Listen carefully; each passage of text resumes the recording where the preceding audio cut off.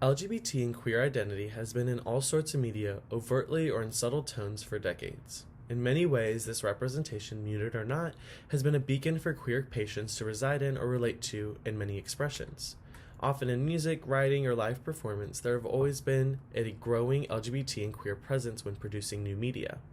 While representation and promotion of such has been a large progression over the last few decades, even some productions with openly identifying executives, producers, and actors have painted and redefined stereotypes that are seen as common experiences for all communities.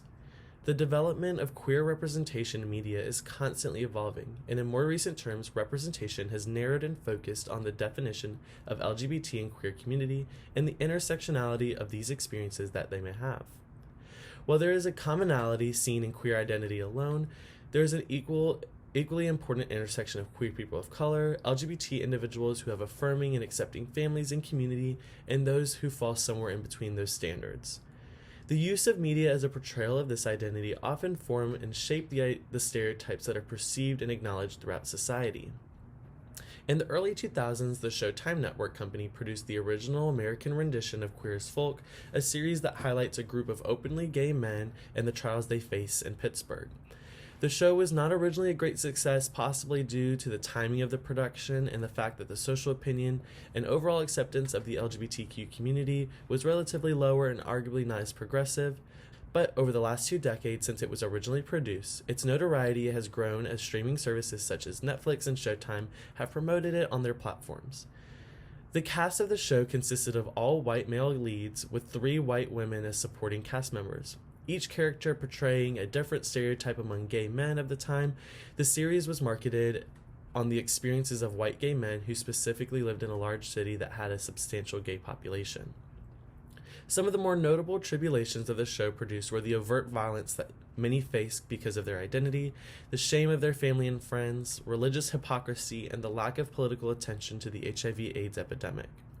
Over the seasons, there were a mixed portrayal of the main characters, essentially proving the waves in their lives and how they seem to care for those obstacles that they face in their identity. So what does this say about, or how does media portray, the LGBTQ community and the experiences they have in relation to their identity? In some scenarios, the show produced a narrative that includes drugs, alcohol, and risky sexual behavior, which is a common trope of gay men as a coping mechanism and is standard to those dealing with those experiences. While this trope is seen in all of the seasons and across other productions, Queer as Folk has painted the reality that there is community between the stereotypes. While the show carries a heavy storyline that encourages many poor narratives of gay men, the producers did not discount that the experiences they face were common experiences of the time. Peacock is a relatively new streaming service that has invested in producing a more modern and relevant rendition of Queer as Folk that was released earlier in the summer of 2022. In this cast are a diverse representation of queer actors, including men, women, non-binary individuals, which include people of color and an array of identities that have not seen in most media sources before now. In this series, we can see a shift in the character narratives compared to the original production. Assumingly, the production would include differing storylines and more relevant plots, but one important item to note is the adversity continues between the renditions. While both explain experiences such as coming out and pressure from their community, the series also talks about intersectionality. The main character, Brody, a black gay man, faces many stereotypes and tropes among being hypersexual and surrounded by hypersexuality, participating in flamboyant and rather extreme party scenes, and surrounded by people who attach his identity to his personality. On the other hand, prior to the violence that's the main source of the plot, Brody encounters peers who seem to fetishize his blackness and an intersectionality and challenge that many people of color face. And among the gay community, this is supported through other means and stereotypes such as music, film, and other productions, and is heavily dominated by pornography productions. As researcher Desmond Francis Goss describes the presence of racial fetishization, quote, "Of course, this is not to say that class has no relationship to sexuality. After all, it's the development of the industrial capitalism that allowed it.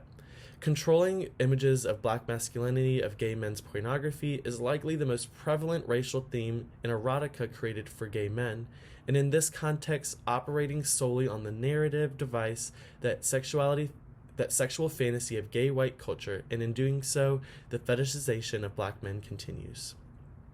While this is not the main theme of the new production, it is a narrative and a story that is often looked over in other productions, and especially in the original queer folk production.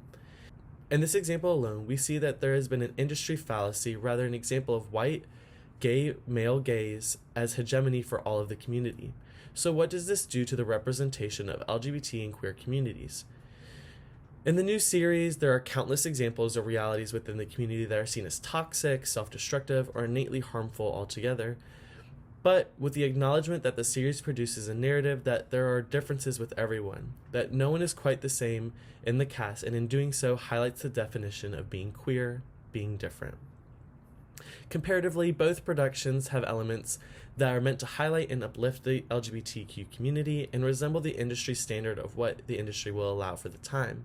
They also use their platforms to bring light to the faults in their own community. As the definition of identity continues to change and shape over time, so does how media portray it. The great reality of both productions is that the productions were marketed for the masses and produced for the dominant or hegemonic group. While the new rendition does a great deal to acknowledge gender, sexuality, and race as equal parts to identity, it also brings light that the original series lacked inclusivity and was marketed to the white male gaze.